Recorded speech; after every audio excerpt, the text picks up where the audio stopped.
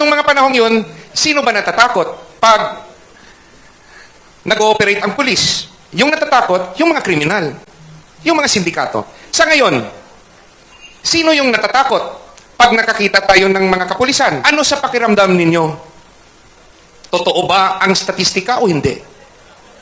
Hindi natin malalaman ang totoo dahil wala tayong kontrol sa datos.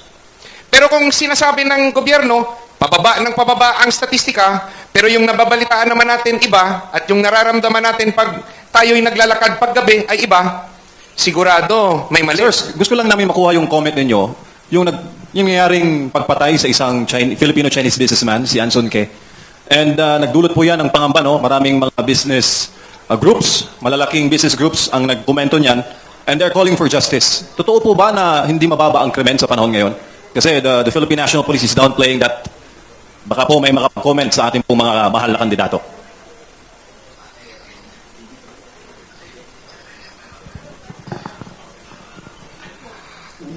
Formerly, I was an undersecretary of the DILG, no, for public safety.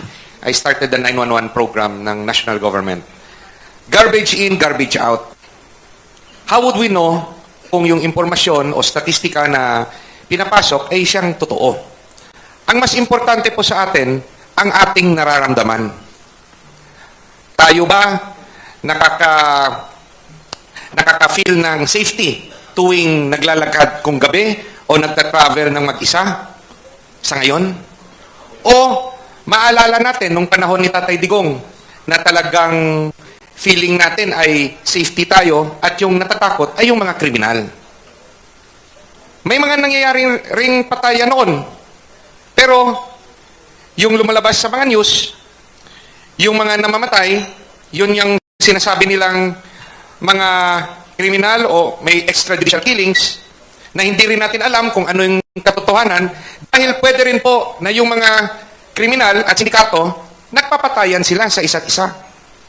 Yung kanilang paratang kay Tatay Digong na siya'y kumukonsinti sa extrajudicial killing nung panahon niya, hindi pa yan napapatunayan sa husgado dito sa ating bansa. Dapat dito inilitis kung totoo yun. Eh bakit nila kailangan i-file doon sa Netherlands, sa ICC? Hindi sila kumbinsido sa kanilang ebidensya. Nung mga panahong yun, sino ba natatakot pag nag-ooperate ang pulis? Yung natatakot, yung mga kriminal, yung mga sindikato. Sa ngayon, sino yung natatakot pag nakakita tayo ng mga kapulisan? Tanungin natin ang mga miyembro ng KOJC. Tanungin natin ang mga oposisyon ng mga politiko. Tanungin natin si Atty. Vic Rodriguez. Tanungin natin kayo. Tanungin natin ngayon yung Filipino-Chinese na mga negosyante. Ano sa pakiramdam ninyo?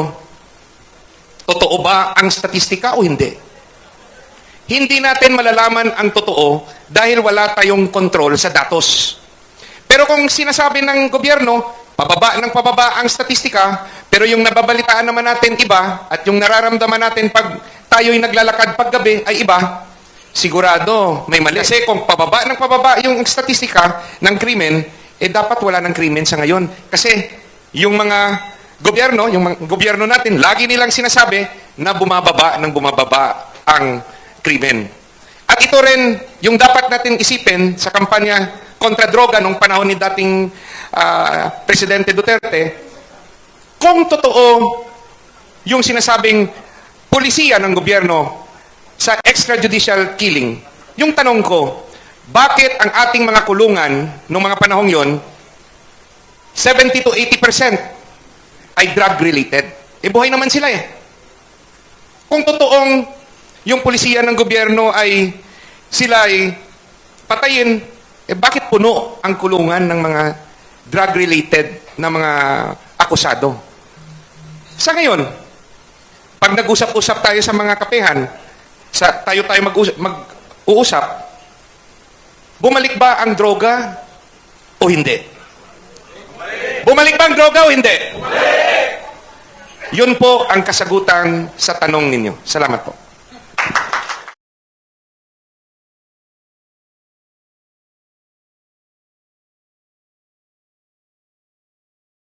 I am not a Filipino for nothing. I did what I had to do And whether you believe it or not, I did it for my country. Pilipinas, Duterte pa rin ang tunay na nagmamahal sa atin. Laban niya ay laban natin. Pilipinas, Duterte pa rin.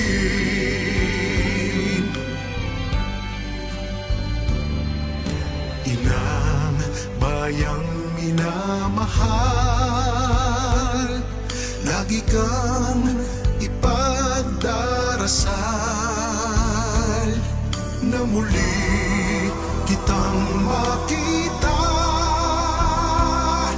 Pilipinas, bangon, may pag-asa pa.